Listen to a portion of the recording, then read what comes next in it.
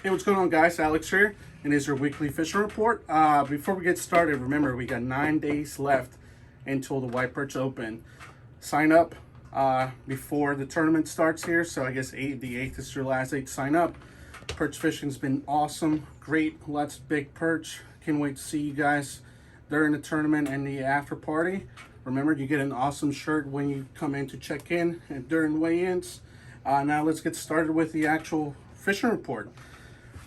Let's start off with perch fishing. Perch fishing has been actually pretty great here.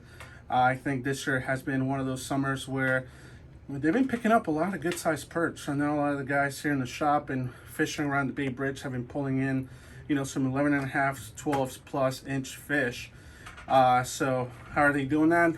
There's multiple ways of doing it. Bay Bridge pilings always hold some big fish, especially big perch. Using sabiki rigs or soft crabs on a small hook will pretty much give you that ticket to get some of those bigger perch. Try every single piling. Water depth, try around anywhere between 10 to 20 foot of water, but those main rock piles always work really well for those bigger perch. Now, some other additions to that, we always mention that gulp. This is one of those baits that will catch everything around, plus they're scented. Pair that up with a jig head of your choice, depending on how deep you are, and you'll be in the money for that. Now, besides that, rock fishing has actually been pretty productive here for the start of this, reopening. Now, with that saying, you're gonna find them everywhere. Inside the rivers for your early morning topwater action. I know the Magothy, the Severn, and the Patapsco have been great options there. The Chester River, of course, has been one of those areas where you're going to find lots of mixed-sized fish. There's still guys fishing way up north, up in Tolchester, but not necessarily all the fish are going to be stacked in there now. They're all moving around. Fishing around Baltimore Lighthouse has been actually really productive, either where you're, chunking, trolling, or just jigging around there. Every time you have some tide moving in and out of the Magothy, that seems to be fish in there. Mountain Point, classic area where everybody fishes there. Get out there early, or later in the evening, and you're gonna find fish that you can catch on topwater.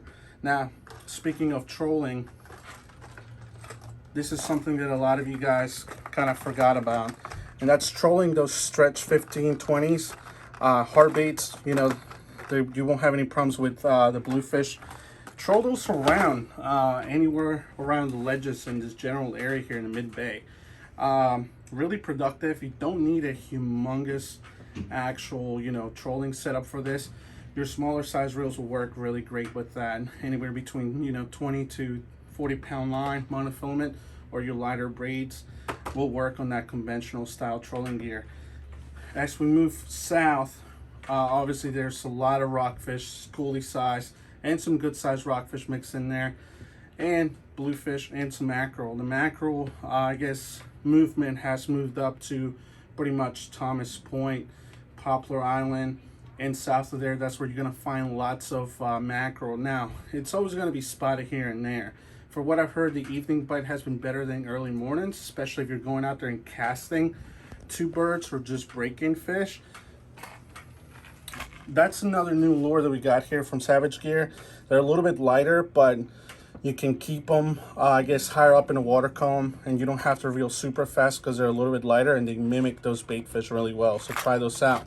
A couple things as you move south towards the gas stocks in the Patuxent, the mouth of the Patuxent, Tourist Point Lookout.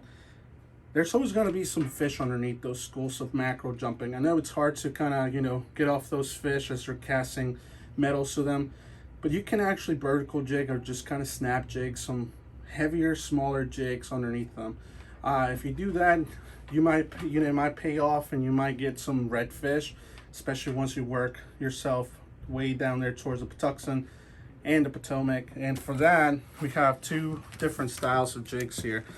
The classic one, it's those little bunkers, or pretty much triple herrings. Great lures for jigging under there. 1 ounce to 1.5 ounce works great. And this is more of like a slow pitch style jigging. Just let it drop down, let the rod do the work. You'll catch lots of either bigger size mackerel, blues, or even some of those redfish down south. And of course, they work great for rockfish. If you're down south, Trolling hoses, it's always a great thing to do down there, especially once you get to Chesapeake Beach and down. You'll catch lots of bluefish. There's some cobia moving up.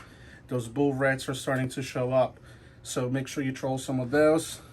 Use some planers, number 1s and 2s work great. And of course there's spoons here. You can see we have your number 1s for mackerel and bluefish, and number 4s for your bigger reds and cobias. And always remember to put a long leader on there, 15-foot leader split with a pretty much a swivel in the middle, ball bearing swivel.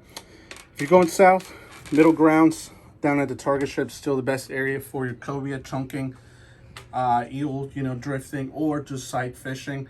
If you're working for mackerel, now you can pretty much stay around Solomon's. Got some good reports of pretty much good mackerel showing up in that area, so you don't have to go way down there. But like I said, they're starting to show up in this area now pretty consistently.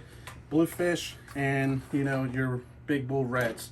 If you're fishing in some of those shallower areas, gulps that we have here with those actual fusion jig heads work great for everything inshore, whether it's speckled trout, puppy drum, rockfish, you name it, they'll catch them, even some perch on that. And for that, you want to stay around Crisfield, James Island, the Tangier, Point Lookout. Like we mentioned last time, that's going to be your most consistent bite for those inshore fisheries, pretty much, your speckled trout and all that. Crabbing's been pretty productive right now. You're still catching crabs out there. They're getting heavier, bigger crabs. You're catching bigger crabs, not as many, but they're still out there. Early mornings seem to be, the time of the day. And for you guys pretty much fishing off the surf here, just at Sandy Point or Kent Narrows, evening time is going to be your most productive time to go out there right now. So that's pretty much what's going on right now here in the Bay. Make sure to check our website for the Perch tournament, White Perch Open tournament rules, and so you can sign up. Send us your pictures so we can post them up, and send us your reports. We always appreciate for you, when you guys send in all that information. And that's it for your fish report, guys. Have a good one.